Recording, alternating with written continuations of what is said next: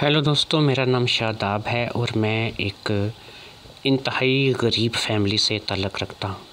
हमारा किराए का मकान है और मेरे अलावा मेरे 2 भाई और हैं जो कि अभी मुझसे बहुत ज़्यादा छोटे हैं और मेरी 5 बहनें हैं। मैं इस वक्त 30 साल का हूँ और मुझसे जो छोटी बहन है वो 26 साल की है। फिर उसके बाद जितने भी बहन भाई हैं वो सारे ही छोटे हैं। हम दोनों बहन भाई ही घर में बड़े हैं। मेरे वालिदैन हैं, मेरे वालिद ज़्यादातर बीमार ही रहते हैं और मेरी वालिदा जो हैं वो लोगों के घरों में काम करती हैं, कपड़े बर्तन वगैरह करके हमारे लिए रोटी लाती हैं और हम जो है वो अपना निज़ाम चलाते हैं।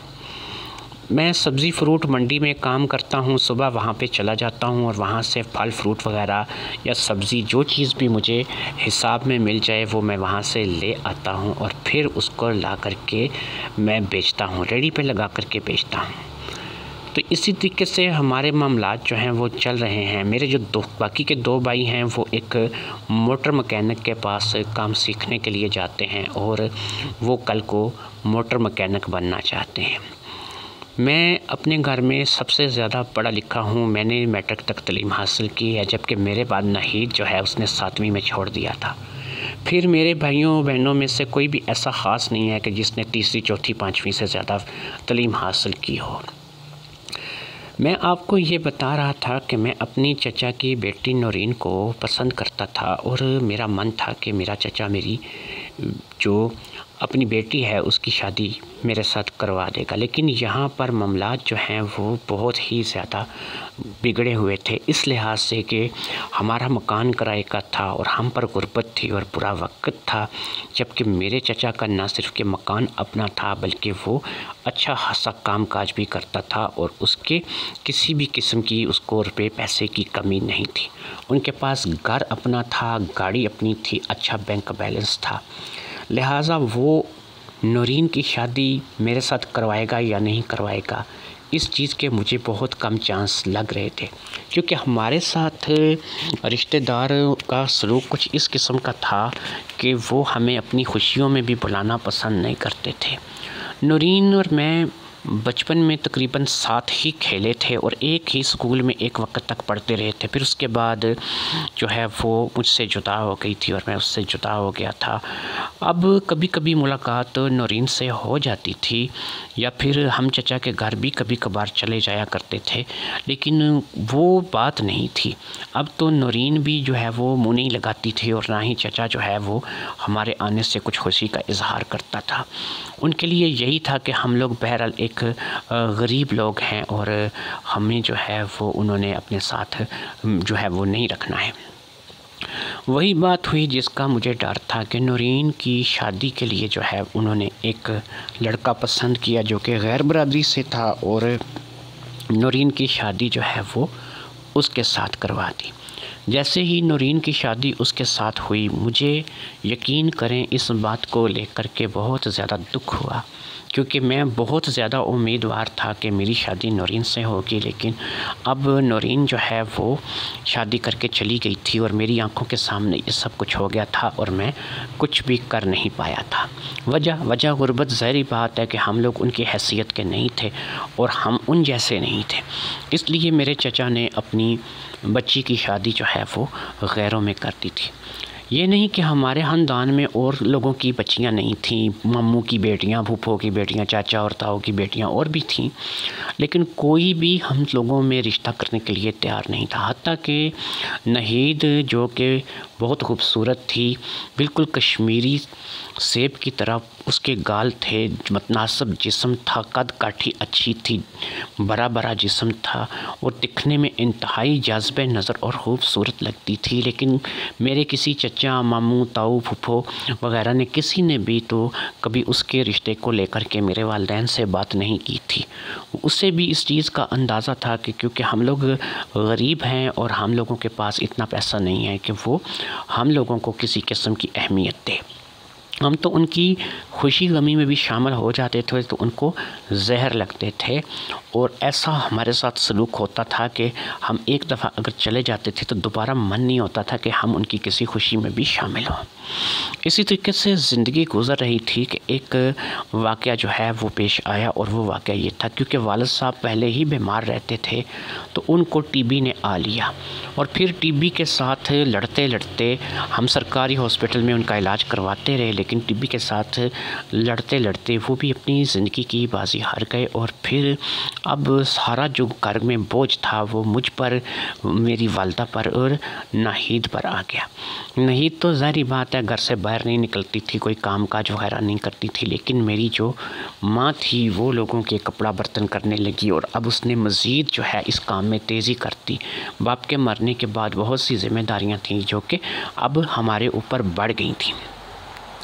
किराए का मकान, बिजली का बिल, गैस का बिल, घर के राशन के पैसे, खर्चे, अखराजात, ये सब कुछ अब हम दोनों को ही मिल कर के पूरा करना था। इसी सिचुएशन में हम लोग जो है वो अपनी ज़िंदगी का वक़्त जो है वो गुजारते चले जा रहे थे, और फिर इसी तरीके से हमारी ज़िंदगी गुजर रही थी। जैसा कि मैंने आपको बताया कि मैं 30 साल का हो चुका था, लेकिन अभी तक रिश्तेदारों में, गैरों में किसी ने भी हमारे घर में रिश्ते के लिए बात जो है वो नहीं की थी। मेरी वालदा अपने तौर पर मेरे रिश्ते के लिए कोशिश करती थी, क्योंकि उनकी ये थी कि चलो नाहिद का या फिर इसके घर का दरवाज़ा खुल जाए और किसी न किसी जगह कोई ना कोई इसको अपनी बेटी दे दे। लेकिन गुर्बत के हाथों ऐसे लोग भी जिनके मतलब के किराए के मकान थे और उनकी 5-5, 6-6 बेटियाँ बैठी थीं, और जब उनके घर भी जा कर के मेरी वालदा मेरे रिश्ते के लिए बात करती तो उनके भी जवाब अजीबो गरीब किस्म के होते थे। वो लोग ऊंचे ऊंचे ख्वाब देख के बैठे होते थे, और उनके राजकुमार जो थे, वो सपनों के राजकुमार जो थे, वो अभी आए नहीं थे जिनके साथ उनकी शादी हो सके। इसी तरीके से कुछ वक्त और गुज़र गया, और हमारे घर का तो चूल्हा इसी तरीके से जल रहा था, और इसी तरीके से हम लोगों का निज़ाम चल रहा था। ये नहीं था कि हम लोग खा पी के नहीं सोते थे। चलो लोग अक्सर मुर्गे खाते होंगे, छोटे गोश्त खाते होंगे, तो हम भी दाल सब्ज़ी खा के सोते थे। हम लोग चलो VIP रेडीमेड कपड़े ना पहनते थे, लेकिन हम लोग लंडे के कपड़े तो पहनते थे, जो कि इतने बुरे भी बहरहाल नहीं होते थे। तो लिहाजा लोगों की ज़हन में जो बातें बैठ चुकी थी, अब उनका हमारे पास कोई इलाज नहीं था। फिर एक वक्त ऐसा आया कि ज़िंदगी ने एक ऐसा मोड़ लिया कि जिस मोड़ ने मेरी ज़िंदगी को बिल्कुल बदल कर रख दिया। मुबीन के बारे में आपको बता दूँ, मुबीन इटली गया हुआ था, जो कि मेरा एक ऐसा दोस्त था जो कि मेरा क्लास फेलो रहा था। मैंने मैट्रिक तक तालीम हासिल की थी, तो वो भी मेरे साथ मैट्रिक तक रहा था। वो एक ऐसा दोस्त था जो कि हर मुश्किल वक़्त में काम आने वालों में से था। उनके घर मकान कच्चे थे, और जब वो यहाँ पर था आज से 8 साल पहले, तो उसके साथ भी कुछ इसी किस्म की सूरत हाल थी। कोई उसको अपने फैमिली में बुलाना पसंद नहीं करता था, कोई उसको रिश्ता देना पसंद नहीं करता था, कोई उसको ज़्यादा जो है पसंद नहीं करता था। हत्ता कि वो एक मेहनती लड़का था और शटरिंग का काम करता था, मज़दूरी करता था, लेकिन इसके बावजूद भी लोग यही समझते थे कि पता नहीं ये कितना गिरा हुआ या नीच आदमी है, या ये है या वो है। इसी तरीके से मुबीन भी अपने रिश्तेदारों के साथ जो है वो इसी किस्म का उसका सलूक था कि मुबीन अच्छे तरीके से जानता था कि उसके रिश्तेदार उससे पसंद नहीं करते, और नापसंदीदगी की वजह उसकी गुर्बत थी। लिहाजा आज से 8 साल पहले उसने एक काम किया, और वो उसने हिम्मत का काम किया। उसने डंकी लगाई और फिर वो तुर्की के रास्ते इटली चला गया।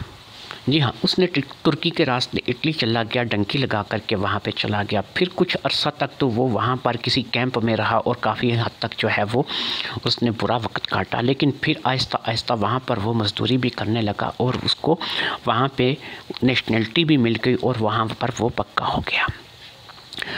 पक्का होने के बाद अब वहाँ पर उसने क्योंकि अपना वही काम शटरिंग वाला काम शुरू कर दिया था, जिसमें वो वहाँ पर काफ़ी कामयाब हुआ और लाखों रुपए महीने के कमाने लगा। वहाँ पर इटली में उसने अपना एक आलीशान फ्लैट लिया, एक गाड़ी ली, और फिर बहुत ज़्यादा अपना बैंक बैलेंस भी उसने बनाया। और तकरीबन 8 साल के बाद उसने पाकिस्तान का रुख किया, और 8 साल बाद वो पाकिस्तान में आ गया। अब जब वो पाकिस्तान में यहाँ 8 साल बाद आया तो मेरी उसके साथ मुलाकात हुई। जब उसने मेरे साथ मिल कर के मेरे घर के हालात देखे और मुझसे उसने पूछा, उसने कहा कि यार तुम्हें तो मैं जहाँ पर छोड़ कर के गया था तुम तो वहीं पर खड़े हो, आज भी तुम वही सब्ज़ी फ्रूट वाला काम कर रहे हो, मज़दूरियाँ कर रहे हो, लेकिन यहाँ पर रह कर के तुम जितना मर्ज़ी करोगे यकीन करो कि तुम्हारे साथ कुछ भी निज़ाम नहीं होगा। जब मुबीन यहाँ पर वापस आया पाकिस्तान में तो बहुत से रिश्तेदार जो थे वो चाहते थे कि वो अपनी बेटी की शादी मुबीन के साथ करें, कि वो शादी करने के बाद वो किसी न किसी तरीके से उसको अपने साथ लेकर इटली चला जाए। लेकिन मुबीन जो था अब वो किसी के साथ भी अपने रिश्तेदारों की बच्चियों में शादी करने के लिए जो है वो तैयार नहीं था, क्योंकि जब आज से 8 साल पहले उसने कुछ अपने रिश्तेदारों में कुछ बच्चियों पर उम्मीद लगाई हुई थी, जैसा कि मैंने नूरीन पे लगाई हुई थी, तो उस वक़्त क्योंकि उससे बड़ी बुरी तरह मुंह की कहानी पड़ी थी और वो दुख अब वो आज तक नहीं भूला था। इसी वजह से उसने किसी भी रिश्तेदार की बेटी को अपनी बीवी बनाने से साफ साफ मना कर दिया और उसने अपने घर में जो बात की वो बात जो है वो हमारे हक़ में गई और वहाँ पे उसने अपने वालिदैन को इस बात पर आमादा किया कि कल को जो मुश्किल वक़्त में हमारे साथ ना खड़े थे और ना हमारे काम आए, आज हम उनकी बच्चियों के रिश्ते लेकर के क्या करेंगे। लिहाजा उन्होंने एक फ़ैसला किया और वो फ़ैसला उन्होंने ये किया कि वो नाहीद का रिश्ता जो है वो मांगेंगे। लिहाजा मुबीन के वालिदैन ने रिश्ता मांगा और फिर किसका मांगा? नाहीद का। मेरे वालिदैन ने, मेरी वालदा ही थी क्योंकि वालिद तो फ़ौत हो चुके थे, तो मेरी वालदा ने इस बात के लिए देर नहीं की और फटाफट से मुबीन और नाहीद की शादी करवा दी। शादी के फ़ौरन बाद जो है वो मुबीन इटली के लिए रवाना हो गया और जाते जाते उसने कहा कि मैं 6-8 महीने के अंदर किसी न किसी तरीके से नाहीद को अपने पास बुलवा लूँगा। साथ ही साथ उसने मुझे भी कहा कि देखो भी बात यह है कि ऐसे सारी ज़िंदगी नहीं गुजरनी, अगर तुमने भी कुछ अपने पाँव पे खड़ा होना है, कुछ बनना है, तो फिर तुम्हें भी कुछ काम करना पड़ेगा। तुम अपना बैंक में एक अकाउंट खुलवाओ। और फिर उसने मुझे कुछ ऐसी तरकीबें बताई कि जिसमें मैं अपनी बैंक स्टेटमेंट बनवा लूँ, अपना पासपोर्ट बनवा लूँ और अपनी दीगर तैयारी मुकम्मल कर लूँ, जिसमें उसने मुझे कहा कि तुम्हें 2 से ढाई साल लग जाएंगे। तो 2 से ढाई साल के अंदर अंदर वो मुझे वीज़ा स्पॉन्सर वगैरह सब कुछ भेज करके अपने पास इटली बुलवा लेगा और फिर मैं भी उसके पास इटली चला जाऊंगा। मुझे पता था मेरे पास मेरे लिए यहाँ पर कुछ भी नहीं है और जो था यानी कि नूरीन थी और उससे भी कोई ब्याह करके ले गया था। मेरी अब आसें उम्मीदें ख़त्म हो चुकी थीं। अब तो मुझे सिर्फ़ इतना ही था कि अपने घर के लिए जो है वो कुछ करना है, अपने बहन भाइयों को जो है वो अच्छे जो है वो मकाम पर पहुंचाना है। मेरे जो मुझसे 2 छोटे भाई थे वो मोटर मैकेनिक के पास ही काम कर रहे थे और अभी वो इतने बड़े नहीं थे कि वो कुछ फ़ैसला कर सकें और कुछ ज़्यादा तलीम भी नहीं थी बहनों भाइयों की। लिहाजा मैंने इस बात का फ़ैसला कर लिया कि मैं अब मुबीन के कहे पे अमल करूँगा और मैं भी इटली मुबीन के पास चला जाऊँगा। फिर मैंने इस बात को लेकर के कोशिश शुरू कर दी कि मैं, जैसे कि मुझे मुबीन ने बताया था, मैंने अपना बैंक में अकाउंट खुलवाया और फिर मैं अपनी एक बैंक स्टेटमेंट जो है वो बनवाने लगा। बैंक स्टेटमेंट के सिलसिले में जो भी मुझे उसने तरीका समझाया था मैं वैसे करने लगा। मैंने अपना पासपोर्ट भी बनवा लिया। उधर उसने अपने वादे के मुताबिक ठीक 8 महीने बाद यहाँ से नाहीद को अपने पास इटली बुलवा लिया और नाहीद जो है वो इटली चली गई। नाहीद का भी पासपोर्ट वगैरह दीगर चीज़ें बनी थी, लेकिन उसके लिए जाना निस्बतन आसान था क्योंकि वो शादीशुदा थी और उसकी बीवी थी। लिहाजा उसने नाहीद को जब अपने पास बुला लिया और नाहीद जो है वो वहाँ पर चली गई, तो अब मुझे भी ये उम्मीद होने लगी कि मैं बहुत जल्द जो है वो जाकर मुबीन और नाहीद को ज्वाइन करूँगा। फिर ये हुआ कि तकरीबन इसी तरीके से जैसे उसने मुझे समझाया था, 2 साल के अरसे में मैंने अपने आप को इतना मजबूत किया कि मैं भी वहाँ पर जाने के काबिल हो गया और फिर मैं भी जो है पीछे पीछे जो है इटली पहुँच गया। मेरा क्योंकि आने का रास्ता जो है वो सीधा था, यानी कि मैं डंकी वगैरह लगा के नहीं गया था, बल्कि मुझे स्पॉन्सर करके बुलवाया गया था। इसलिए वहाँ पर जाते ही उसने मुझे एक स्टोर में काम दिलवा दिया। ये स्टोर जो है ये दवाइयाँ पैक करने का काम करता था। इतनी तो मेरी तालीम थी कि मैं दवाइयों के नाम वगैरह या एक्सपायर डेट या फिर दीगर चीज़ें जो है वो पढ़ लेता था।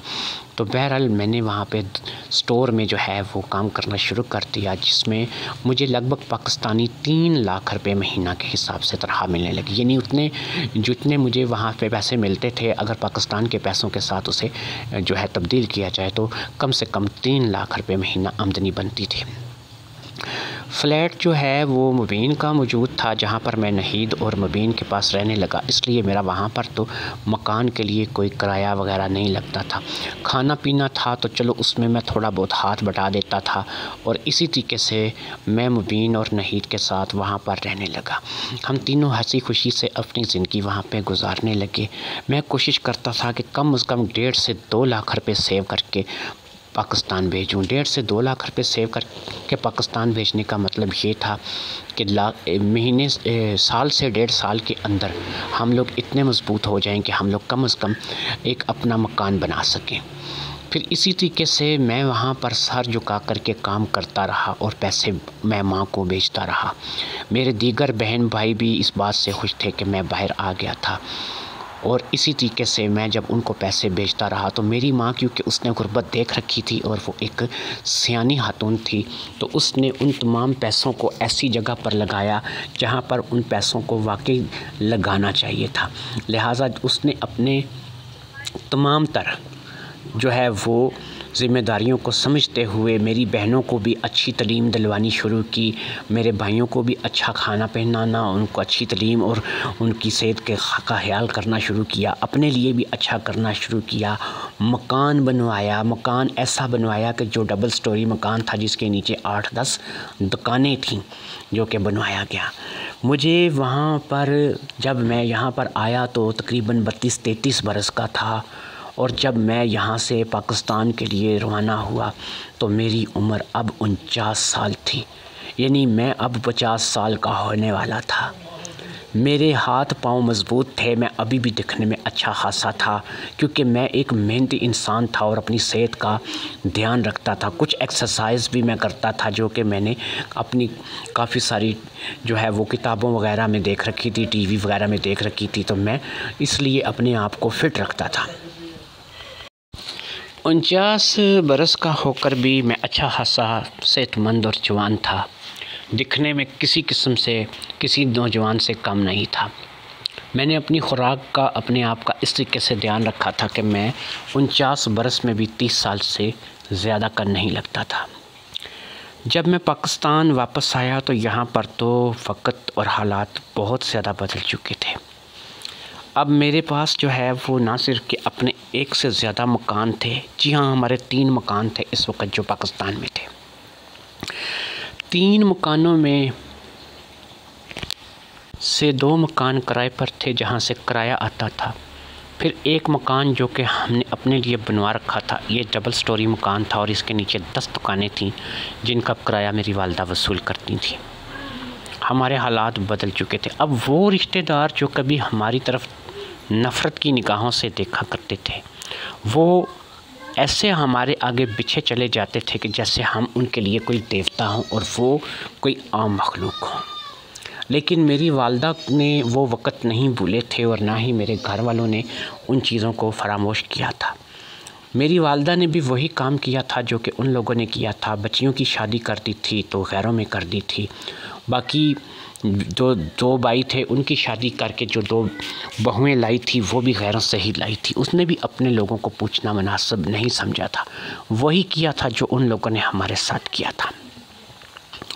यहाँ पर मैं आया तो कुछ अरसे में मुझे नूरीन के हालात का पता चला, जिसे सुनकर थोड़ा सा दुख भी हुआ, लेकिन मुझे अंदर ही अंदर मन ही मन एक सुकून भी मिला। नूरीन वो लड़की थी जिससे मैं शादी करना चाहता था। मैंने अभी तक अपनी शादी नहीं की थी, शायद इसी वजह से कि मैं आज तक नूरीन को बुला नहीं पाया था और मैं नूरीन को अब भी याद करता था।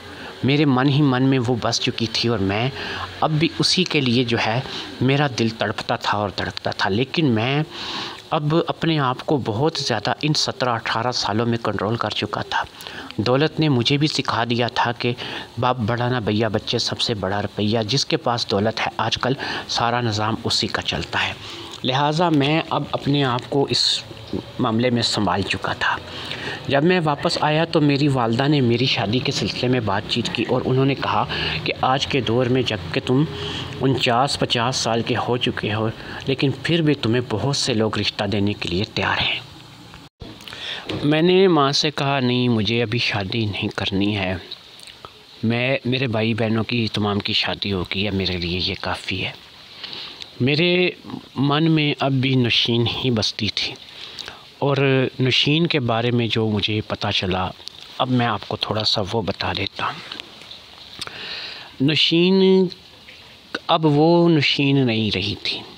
उनका घर बिक चुका था, उनका कारोबार ख़त्म हो चुका था। जिस लड़के के साथ नौशीन ने शादी की थी वो फालज का मरीज़ हो चुका था और अब नौशीन जो है वो भी लोगों के घरों में काम करके ही अपना वक़्त और अपना पेट पाल रही थी। आज से 18-20 साल पहले जो हालात हमारे थे, अब बिल्कुल वही हालात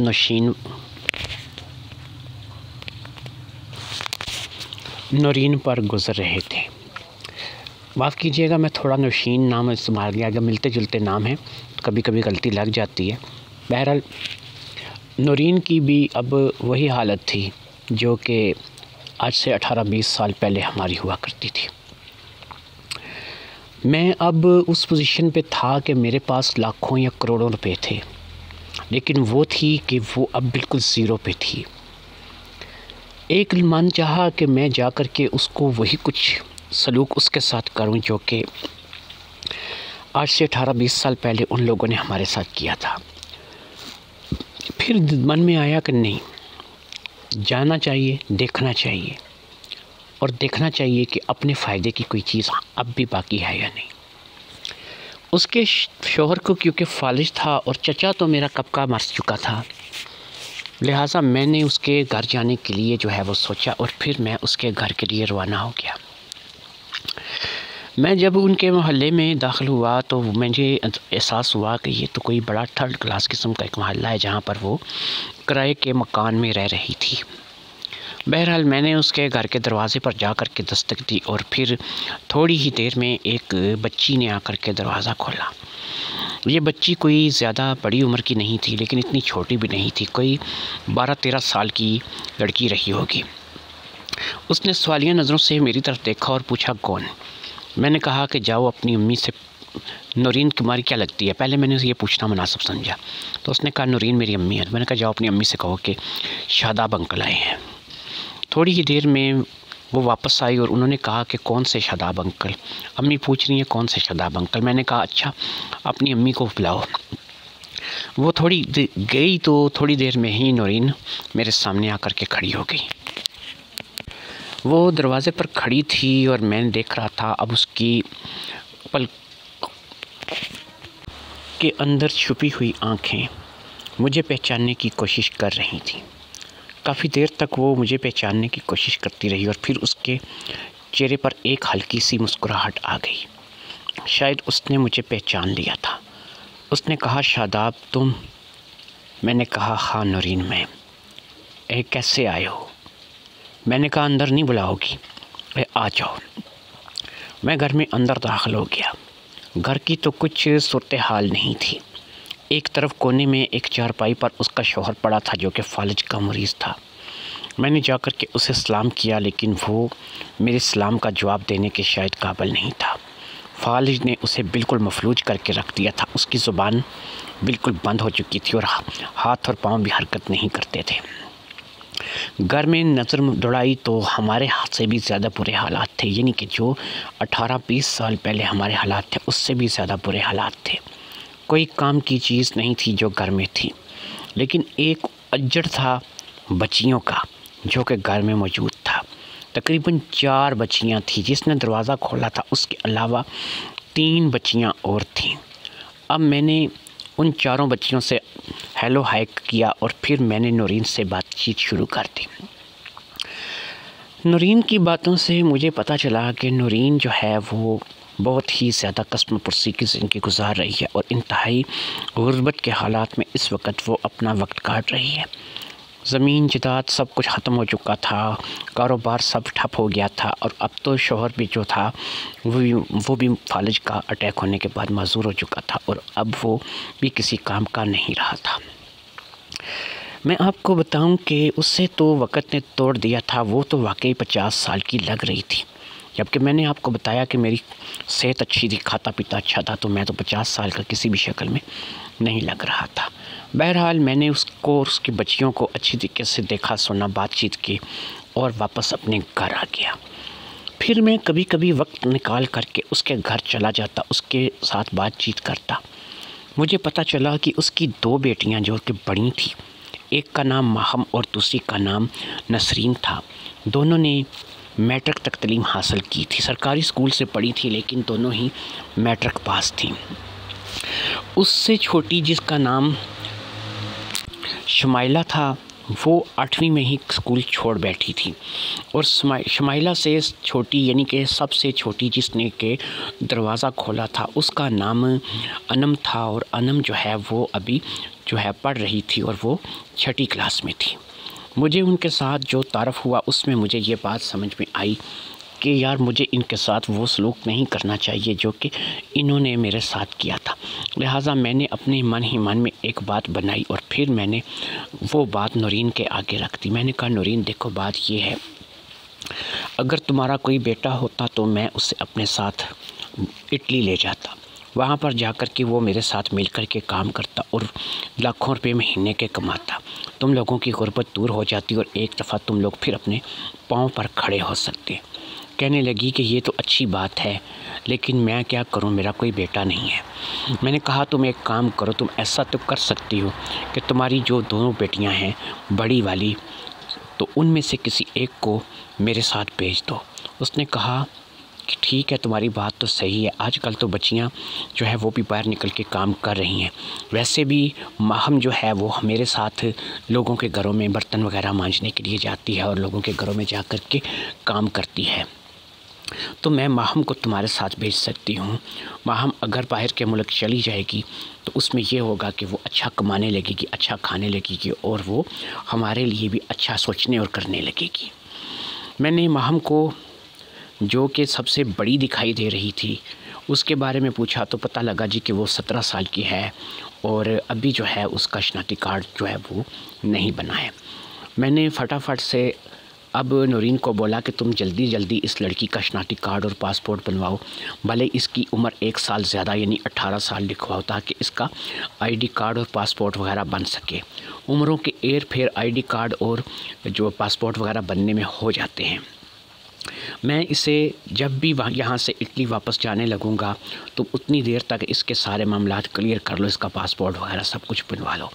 मैं जैसे ही वहाँ पहुँचूँगा मैं कोशिश करूँगा 6 से 8 महीने के अंदर मैं माहम को अपने पास जो है वहाँ पे इटली में बुलवा लूँ। ये मेरे पास इटली आ जाएगी तो फिर उसके बाद हो सकता है कि तुम्हारी बाकी की बेटियां या फिर तुम या फिर जिसने भी मेरे पास वहाँ पे आना हुआ, क्योंकि अगर एक काम करेगा तो वो सिंगल हैंडेड कमाएगा, लेकिन अगर सब मिल के काम करेंगी तो वो ज़्यादा कमाएंगी।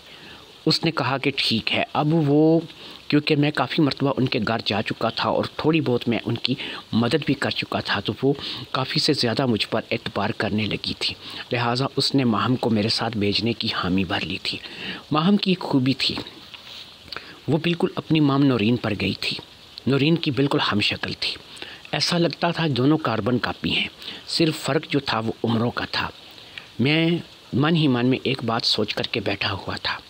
आज से 18 साल पहले मैं नूरीन से शादी करना चाहता था, लेकिन मैं उससे शादी नहीं कर पाया था। मेरी गुर्बत ने ये रिश्ता किसी और जगह करवा दिया था, लेकिन मैं नूरीन को अपने दिल से बुला नहीं सका था और मैं आज भी नूरीन को पसंद करता था। लिहाजा माहम, क्योंकि नूरीन की कार्बन कापी थी, बिल्कुल नूरीन जैसी दिखती थी, यानी आज से 18-20 साल पहले जैसी नूरीन नज़र आती थी, माहम आज वैसी दिखाई देती थी। लिहाजा मैंने इस बात का फ़ैसला कर लिया था कि मैं माहम को अपने साथ लेकर के इटली चला जाऊंगा। नूरीन ना सही तो नूरीन की बेटी ही सही, मुझे अपना इंतकाम तो लेना था। मुझे अपने अंदर का गुबार तो निकालना था जो कि मैं निकालने का सोच चुका था। मैंने इस बात का तहैया कर लिया था कि मैं इसे अपने साथ वहाँ पर लेकर के जाऊँगा और फिर मैं वहाँ ले जाने के बाद इसके साथ वही सलूक करूँगा जो कि आज से 18-20 साल पहले ये हमारे साथ करते रहे हैं। मुझे अब अपना इंतकाम लेना था। मेरे अंदर अब एक जज़्बा पैदा हो चुका था और वो जज़्बा था इंतकाम का। अब ये इंतकाम का जो जज़्बा था ये कैसे पूरा करूँगा, इसको ले जा कर के मैं इसके साथ क्या सलूक करूँगा, ये तो अभी जो है मैंने सही तरीके से सोचा नहीं था। लेकिन एक बात तो तय थी, नूरीन हो या नूरीन की बेटी हो, दोनों ही हम शक्ल थीं। अगर मैं वहाँ पर ले जा कर के इससे शादी कर लूँ, इसे अपनी बीवी बनाऊँ, तो नूरीन से मेरा सारा इंतकाम पूरा हो जाएगा। लिहाजा मैंने अपने मन ही मन में माहम से शादी करने का पक्का फ़ैसला कर लिया।